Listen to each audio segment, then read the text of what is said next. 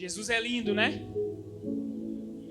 E Ele nos trouxe isso, uma nova experiência. Uma nova experiência da parte do Senhor está vindo sobre esta casa, está vindo sobre esta igreja, está vindo sobre os nossos apóstolos, nossos pastores, nossos líderes. E eu quero começar trazendo para você o que você fez do culto da manhã até agora que te trouxe uma nova experiência. Você fez algo de diferente? Você mudou alguma coisa? Você mudou? Você saiu daqui cheio, eu creio, em nome de Jesus. E o que você fez diferente? Você mudou a sua rotina do domingo? Você mudou? Fez alguma coisa de diferente? Então, ao olhar para a luz da palavra, vamos perceber que a nossa caminhada com Cristo ela é contínua e crescente. É sempre crescente, o tempo todo. E percebemos que Ele sempre vai nos desafiar a dar um passo de fé. A dar um passo de fé. E nesta semana aprendemos sobre Shalom. Repete comigo, Shalom. Nada quebrado, nada faltando e nada fora do lugar. Isso que aprendemos essa semana. E tiveram pessoas que já saíram daqui querendo colocar tudo no lugar. Tirar o que está quebrado, repor o que está faltando. Não é? Já saiu querendo arrumar tudo. Só que hoje eu quero compartilhar Shalom com você de uma forma mais interna. De uma forma mais no seu interior. Fomos desafiados a aumentar não somente o nosso nível de fé, mas também as nossas decisões sobre inúmeros pontos da nossa vida. As decisões que você toma hoje é que vão definir o seu futuro de amanhã. Aquilo que você decide hoje vai determinar quem que você se torna amanhã. Como você vai viver amanhã, como você vai levantar amanhã, como você vai prosseguir no dia de amanhã. Tudo isso é a decisão que você toma hoje. A decisão de comer um pouquinho a mais, amanhã vai vir um resultado. Sim ou não? Eu estou pagando isso aí, meu Deus. O que nos traz então algumas perguntas e questionamentos. O que tem impedido muitas pessoas de viver de fato Shalom? Pastor, mas começou semana passada. Shalom, aqui para nós, essa novidade começou no culto de Santa Ceia, domingo passado. Mas e aí? O que você tem feito? O que tem impedido você de viver Shalom na sua vida? Shalom é o quê? Nada quebrado, nada faltando e nada fora do lugar. Shalom é uma paz transbordante. Shalom é uma paz que transborda, é uma paz que excede, é uma paz que vai além. Isso é Shalom. Então o que pode ser? É uma falta de decisão? É o medo que você tem? É a insegurança? É a ausência de fé? Ou é a falta de uma nova experiência? O que tem impedido você de viver Shalom? De crer. Não é nem de viver, é crer. Crer em Shalom. Crer que essa paz existe. Crer que existe sim essa paz que transborda. Essa paz que vai além. O que tem impedido você de crer nessa palavra? Se for a falta de uma nova experiência, repete assim comigo: eu estou no lugar certo. Louvado seja Deus. Eu quero começar com uma reflexão. Qual foi a maior promessa que Deus fez para Abraão? Quem estava aqui de manhã pode responder. Aí, que o Espírito de Deus habitaria dentro de nós. Mas pastor, a maior promessa de Abraão não foi essa. Foi que ele seria pai de multidões. Isso faz parte da promessa. Mas a maior promessa é que o Espírito de Deus, o Deus vivo, viveria dentro de cada um de nós. A maior promessa que Deus já fez para o ser humano foi: ei, eu vou habitar dentro de você. Eu vou morar dentro de você. Irmão, você já parou para imaginar o que é ter um Deus vivendo dentro de você? Você é a casa favorita, você é a habitação dele. Você já se imaginou assim, naquele momento que você para? Sabe aquele momento assim que você para e pensa: cara, Deus mora dentro de mim. Ele habita em mim. Eu quero ler com vocês Gálatas 3:8, para a gente entender essa promessa. Olha só, tendo a Escritura previsto que Deus justificaria os gentios pela fé, pré-anunciou o Evangelho a Abraão, dizendo: em você serão abençoados todos os povos. Aqui na sua Bíblia, Escritura vai estar em letra maiúscula. Aqui está tudo maiúsculo, né? Mas aí na sua Bíblia vai estar assim, ó, a Escritura em maiúsculo. Ela pré-anunciou o Evangelho a Abraão, ou seja, Jesus pré-anunciou o Evangelho a Abraão e disse: em você, Abraão, serão benditos todos os povos. Versículo 14, por favor. Para que a bênção de Abraão, olha só, chegasse aos gentios. Quem são os gentios? Nós. Todo aquele que não é judeu é gentio. Em Cristo Jesus, a fim de que recebêssemos pela fé o Espírito prometido. Então a maior promessa de Deus é que pela fé nós recebêssemos o Espírito prometido. O que Jesus, na sua partida, deixou para os apóstolos foi justamente isso. Ei, eu deixo com vocês a minha paz. A paz que eu carrego, eu vou deixar com vocês. A paz que eu carrego, Shalom, o Espírito Santo vai vir sobre vocês. João 14, versículo 26. Eu vou ler na minha Bíblia aqui, tá? Vai dizer assim, ó: o Consolador, o Espírito Santo que o Pai enviará em meu nome, porém vos ensinará todas as coisas e vos fará lembrar de tudo o que eu tenho dito. Deixo-vos a paz, a minha paz eu lhes dou. Não a dou como o mundo a dá. Não se turbe o vosso coração e não se atemorize. O que Jesus está dizendo aqui? Ei, no mundo você vai ter paz. O mundo te traz uma paz, uma falsa paz. Por quê? Porque essa paz ela é condicional. O que é uma paz condicional? Se eu tenho dinheiro, eu estou em paz. Se eu não tenho dinheiro, eu perco a minha paz.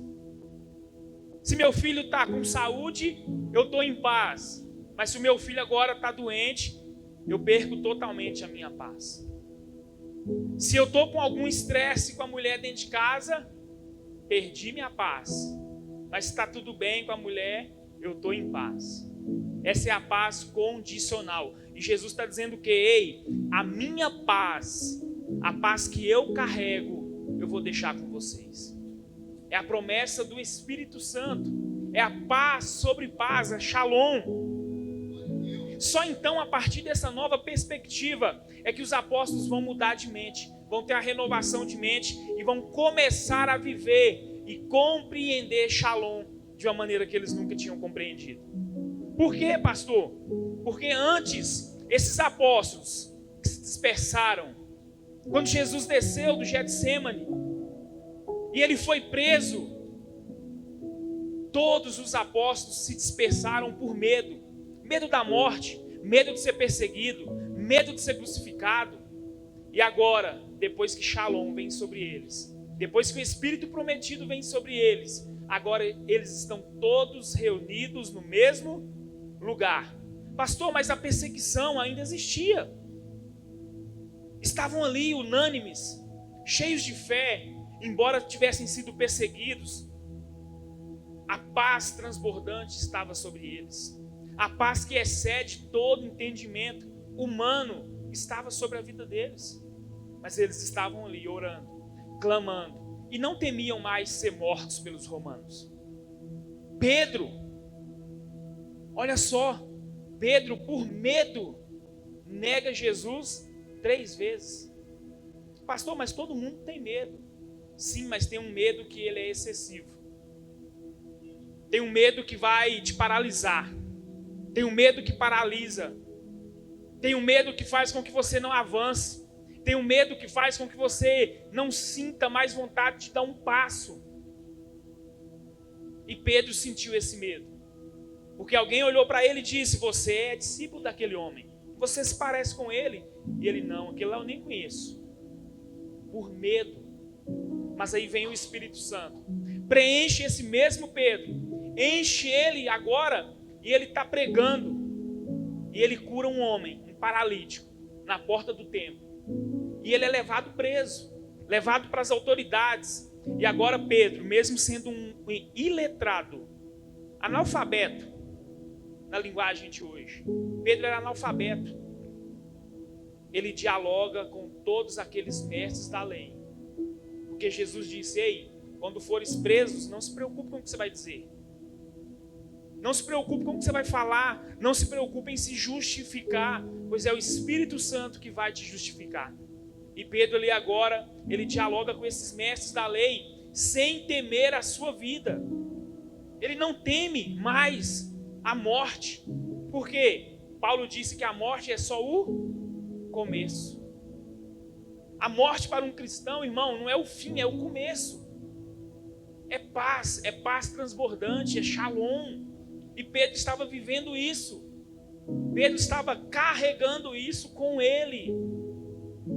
E eu quero te perguntar, o que está impossibilitando você hoje de viver shalom? O que está impossibilitando você de compreender essa paz?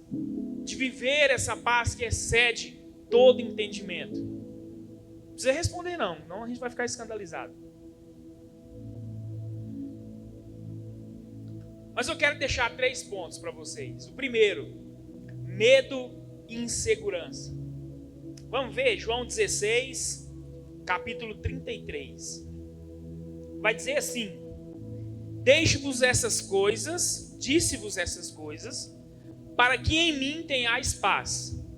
No mundo tereis aflição, mas tende bom ânimo, porque eu venci o mundo. Falei essas coisas para que em mim vocês tenham paz. Jesus dizendo. Falei tudo isso, e aqui é um discurso que ele diz o que estaria por vir. E ele disse: eu disse essas coisas para que em mim tenhais paz. No mundo tereis aflições. No mundo você vai ter medo. No mundo você vai ficar com medo. Mas tem de bom ânimo. Eu venci o mundo. O medo e a insegurança pode te travar. Sabe o que acontece? Tem pessoas que estão aqui dentro, agora, nesse momento, e estão com medo do momento que vão voltar para suas casas. Porque aqui é tudo lindo, aqui é tudo maravilhoso, mas lá na sua casa tem trevas. Lá na sua casa você está vivendo em trevas, mas quando está aqui está tudo bem. Aí aqui você está com medo de voltar lá para sua casa. Você está aqui agora ouvindo essa palavra e está com medo de voltar para dentro do seu lar, voltar para dentro daquele quarto escuro. Mas o Espírito Santo, que ele está aqui nesse momento, ele já está repreendendo todo esse medo. Ele já está dando um fim em todo esse medo. Esse medo que você vinha sentindo. Esse medo, essa insegurança que você vinha sentindo de ficar dentro da sua própria casa. E o Senhor manda te dizer, ele já foi lá. E todo medo bateu em retirada. Em nome de Jesus. O medo vai fazer com que você não enxergue mais o que está na sua frente. Irmão, tem situações que a gente que está de fora está vendo ali. É igual aqueles a gente costuma falar aí antigamente, sabe quando você está jogando e tem um cara de fora, a gente chama de sapo. Aquele cara, ele está vendo todo o jogo, toda a estratégia, e quem está dentro não consegue ver. O medo faz com que isso aconteça. O medo faz com que você não enxergue mais um palmo à sua frente. Ele te paralisa. Ele faz você submeter a situações que você não está acostumado a submeter. Por medo, por insegurança, por dependência emocional. Um discípulo com medo, ele vai negar Jesus a qualquer momento. Um discípulo, irmão, que carrega o medo com ele vai negar Jesus a qualquer momento. Que momento, pastor? Dentro do ônibus. Dentro do ônibus você vai negar Jesus. No seu trabalho você vai negar Jesus. Na sua empresa você vai negar Jesus.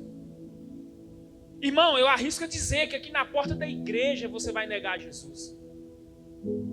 Ao ponto que você colocar o pé ali de fora, você nega Jesus, se você carregar esse medo aí dentro de você. Medo de quê, pastor? Medo de alguém olhar para você e ver que a maneira que você vive não vai com os padrões do mundo. E agora? O que eu faço? O que eu faço para me encaixar? O que eu faço para caber nessa caixinha agora? Aí você tem medo de ser excluído. Você tem medo de apontarem para você. Você tem medo de não te chamarem mais para a festa da empresa só porque você é crente. Talvez dentro da empresa que você trabalha ninguém sabe que você é crente. Irmão, um discípulo de Jesus com medo vai negar Jesus a qualquer momento. Pedro andou com Jesus 3 anos e meio, negou Jesus por medo. Imagina nós. Tadinho de nós. Mas o discípulo com a paz transbordante, com o shalom, o Espírito Santo, ele vai dialogar lá fora, com autoridade. Ele vai bater no peito e vai dizer assim: eu sou discípulo de Jesus. Eu não tenho medo da morte, não. Paulo vai dizer assim, ei, entre a morte e a vida eu prefiro a morte. Para mim é muito melhor a morte, porque eu vou para a glória, viver com o Pai. Mas para o bem de vocês, é melhor que eu viva. É melhor que eu esteja vivo. Olha só o que Paulo está dizendo, irmão. Paulo é louco. E eu quero alcançar essa loucura um dia, em nome de Jesus. Não se preocupe com o que você vai falar. Não se preocupe, irmão, em ficar se justificando. Não se preocupe em ficar justificando para os outros por que você não aparece mais no almoço de família de domingo. Não se preocupe em ficar se justificando. Segundo ponto, falta de decisão e ausência de fé. Falta de decisão e ausência de fé. Por quê? Como eu posso me aproximar de um Deus sem crer que Ele existe? Hebreus capítulo 11, versículo 6 vai dizer que sem fé é impossível agradar a Deus. Porque como posso me aproximar de Deus não crendo que Deus existe? Como eu posso, irmão, me aproximar de Deus sem crer que Ele habita em mim? Sem crer que Ele está morando dentro de mim? Sem crer no Espírito Santo? Se Jesus dissesse para você hoje assim: ei, pode pegar sua bolsa, pode pegar sua blusa de frio aí e pode ir embora. Pode viver sua vida, pode ir. Imagina Jesus dizendo isso para você agora aí. Ei, pode pegar aí, pode pegar sua Bíblia, pode pegar suas coisas, pode ir embora. Pode ir embora. Como você reagiria agora nesse momento? Pois bem, essa é a decisão que você tem que tomar todos os dias. Pastor, mas Jesus não está pedindo para eu ir embora, não. É verdade. Mas Ele também não está te impedindo de ir. Jesus, irmão, Ele não vai querer ninguém aqui à força. Ele não vai querer uma estátua sentada nessa cadeira aqui. Para quê? Para que Jesus quer uma pessoa que vai vir e vai ficar sentada aqui nessa cadeira igual uma estátua o resto da vida? Não transforma, não muda, não dá fruto. Para quê? É por isso que ele não impede ninguém de ir embora. Certa vez, Jesus ele pregou um sermão muito duro para os discípulos. Muito duro. João capítulo 6, versículo 60. Vou ler ali para a gente entender. Muitos dos seus discípulos, tendo ouvido tais palavras, disseram: duro é este discurso, quem poderá suportá-lo? Mas Jesus, sabendo por si mesmo que os seus discípulos murmuravam a respeito do que ele falava, disse: isso escandaliza vocês? Foi no 64. Mas há descrentes entre vós. Repete comigo. Mas há descrentes no meio de vós. Isso aqui ele está falando para os discípulos, tá? Não é para qualquer um, não. É para os discípulos.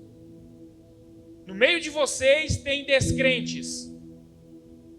Ora, Jesus sabia desde o princípio quais eram os que não criam e quem iria traí-lo. Jesus sabe desde o princípio quem não está crendo. Pastor, como assim? Irmão, se você ouve uma palavra aqui domingo após domingo e você não tem transformação de vida, você não está crendo na palavra. Se domingo após domingo você vem aqui, você enche, você pula, você rodopia, irmão, e eu gosto desses negócios, viu? Quem me conhece sabe. Quem me conhece sabe que eu gosto dessas coisas loucas. Reteté, de pular, de rolar, de sair correndo. Eu só não aprendi a voar ainda. Cadê aqueles que gostam, aqueles canela de fogo? Irmão, eu gosto desses negócios. Mas sabe o que eu gosto mais?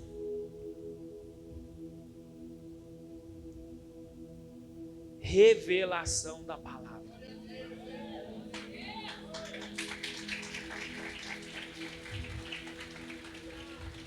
Por quê, pastor? Pular aqui, rodopiar, é bom, irmão. Você se sente vivo, sim ou não? Você se sente vivo no espírito, você fica empolgado. Mas deixa eu te dizer, isso não gera transformação na sua vida.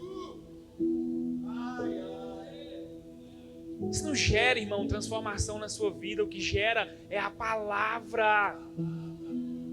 Sabe por quê? Tinha um enfermo que ficava na beira de um tanque. E esse enfermo ficava esperando um movimento. Ele ficava esperando um movimento. Sim ou não? Está lá em João 5, vocês vão ler. Sei que vocês são curiosos. João capítulo 5, lê o capítulo todo.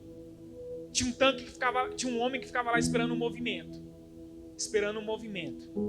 E Jesus chega perto dele e fala assim: ei, você quer ser curado? E ele: eu estou esperando um movimento. E ele: não, eu não te perguntei sobre o movimento, eu te perguntei se você quer ser curado. Aí as escamas caem dos olhos dele assim, e ele olha, enxerga o Cristo e fala assim: eu quero. Aí Jesus fala assim: então pega seu leito e vai para sua casa. Por quê, irmão? Porque Jesus é a palavra, Jesus é o verbo, é a palavra que transforma, é a palavra que cura, não é o movimento.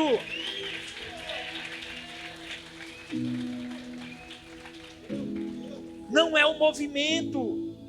O movimento curava. Uma vez, quando o anjo descia, mexia nas águas, mas o Cristo, só com a palavra ele cura, ele não precisa fazer movimento. Amém? Vamos voltar para cá? Os muitos descrentes entre os discípulos optaram em ir e não ouvir aquele sermão duro. Muitos. Mas houve 12 que ficaram. E quem são esses 12?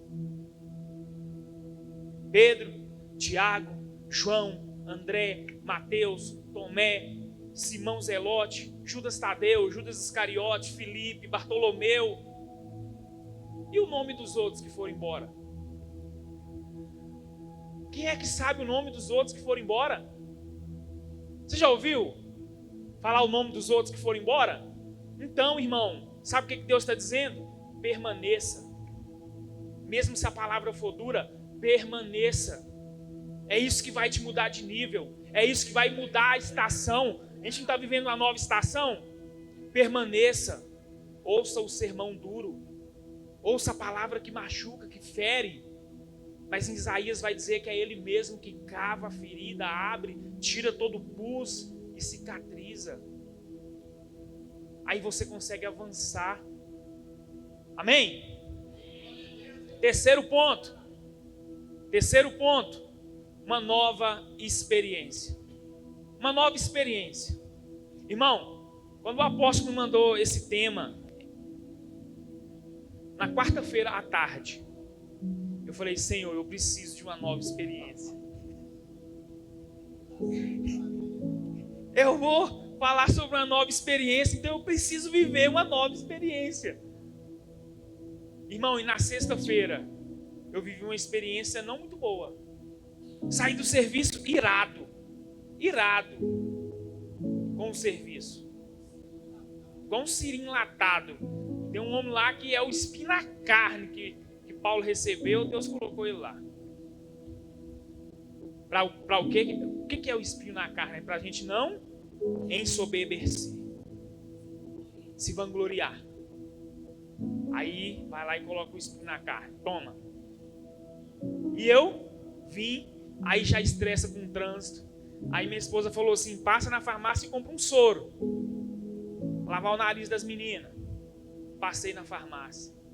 E você já viu, né, irmão? Você está estressado e eu não suporto fila. Hoje eu saí da fila do açougue e fui embora. Fiquei lá uns minutos na fila do açougue, o negócio não andava. Eu falei, chamei minha esposa, toma cartão, toma tudo, eu estou indo embora. Irmão, eu não aguento ficar em fila. Deus vai me curar ainda nisso aí. Em nome de Jesus.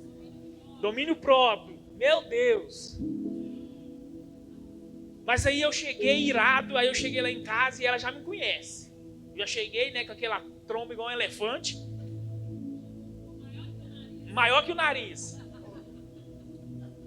Cheguei nervoso. Aí sabe o que deixou mais nervoso? É a mulher falar assim, calma. Aí parece que o nervoso dobra. Fica 2 vezes nervoso. E o pastor Edmilton estava lá em casa, tá? O pastor Edmilton, a pastora Fátima. E você acha que eu fingi? Fingi nada, irmão. Cheguei nervoso, dei shalom para eles. Mas aí minha esposa estava no balcão assim, eu escorei e falei com ela assim, eu tô nervoso. Tô irado. E ela, calma, aí que eu ficava mais irado. Eu falei, eu não quero ficar calmo, eu quero ficar nervoso.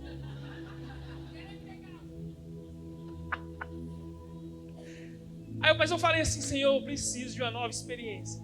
Aí já veio novamente, olha a experiência. E eu falei, amém.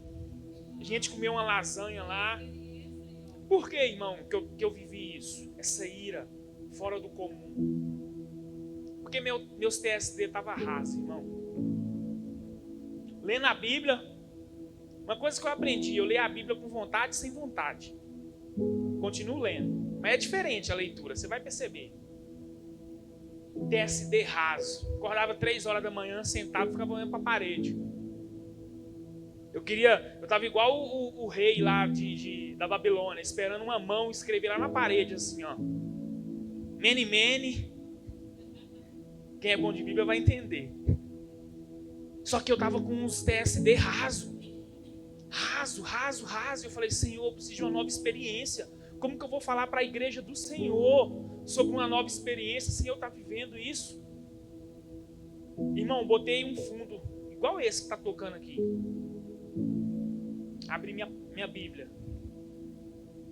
Aí algo que eu não sentia há muito tempo. O que é, pastor? É aquele transbordar do Espírito. Aí o Senhor me deu visão novamente. Aí a palavra começou a saltar novamente. Veio saltando novamente. Eu falava, meu Deus, isso não estava escrito aqui. Aí vem pulando. Aí você vai se enchendo até o ponto de transbordar. Aí você transborda, aí você não importa mais com o horário. Eu estava fazendo TSD assim, ó, 3 horas. 3:02. 3:05. Irmão, aí você se esquece da hora. Quando você vai ver, já são 6 horas da manhã. E você está lá babando, você está lá rolando no chão. Irmão, tudo que a gente faz aqui é porque a gente faz em casa, tá? Se não é, deveria. O que a gente faz aqui, pula, rola, grita, chora, é porque a gente faz em casa, no TSD. Aí eu falei, uau, que experiência é essa? Mas aí no sábado pela manhã, o Senhor me fez viver uma nova experiência. Eu fui levado lá na casa da minha avó. E para quem não sabe, a minha avó ela é testemunha de Jeová. Eles não acreditam no Espírito Santo. Eu fui lá resolver outra coisa, tentar, ajudar a resolver outro problema. E chegou nesse ponto, que é pela qual o Espírito me levou até lá. E eu fui falar para ela, vó, preguei essa palavra para ela, irmão. Só que eu falei para ela assim, se a senhora não for selada pelo Espírito Santo, no dia que tocar a trombeta, a senhora vai ficar. É dura ou não é dura a palavra, irmão? É dura, mas eu prefiro, irmão, 1000 vezes que ela fique uma semana magoada comigo, mas se converta, do que eu perder ela para sempre. É dura. Por quê, irmão? Porque, se o motivo for a necessidade de uma nova experiência, eu tenho uma boa notícia para você. O Espírito Santo é o mais interessado nesse relacionamento. Ele é o mais interessado em manter relacionamento com você. Ei, se você não sabia, o Espírito Santo é uma pessoa, tá? Ele sente ciúmes. Ele fica triste. Por quê, pastor? Porque talvez você tenha entristecido ele. Talvez você tenha deixado o Espírito Santo triste. João 14, 16 e 17 vai dizer o seguinte. Jesus dizendo, eu rogarei ao Pai e Ele vos dará outro Consolador, para que esteja convosco para sempre. E o Espírito da verdade, que o mundo não pode receber, porque não o vê nem o conhece. Mas vós o conheceis, pois habita convosco e estará convosco para sempre. Em Apocalipse diz que o Espírito Santo vai ser retirado da terra, sim ou não? Mas e nós que carregamos o Espírito Santo? Vamos ficar sem ele? Não, né?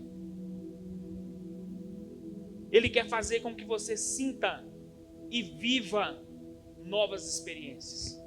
O Espírito Santo quer fazer com que você viva novas experiências com ele. Irmão, manter um relacionamento, receber o Espírito Santo é de boa.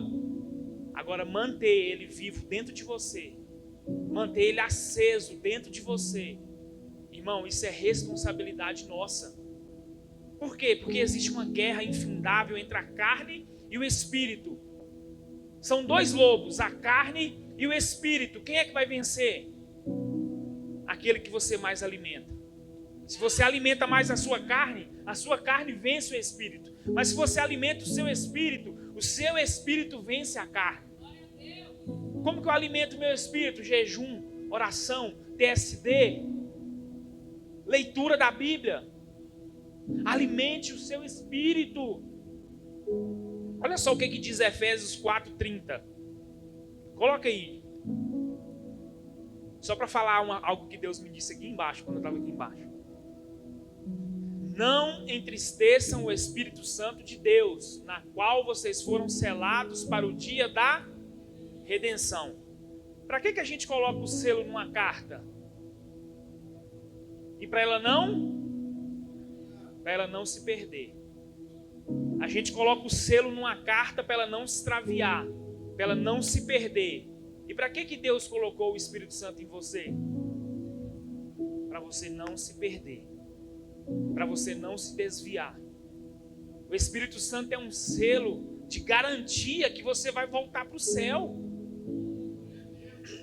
O Espírito Santo é o selo da garantia, olha lá, na qual vocês foram selados para o dia da redenção. Irmão, só volta quem tem o Espírito Santo.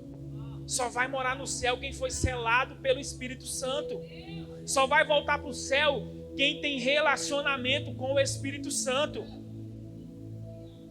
Sabe por quê? Talvez você está pego trabalhando demais para Deus.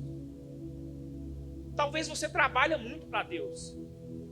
Isso é louvável.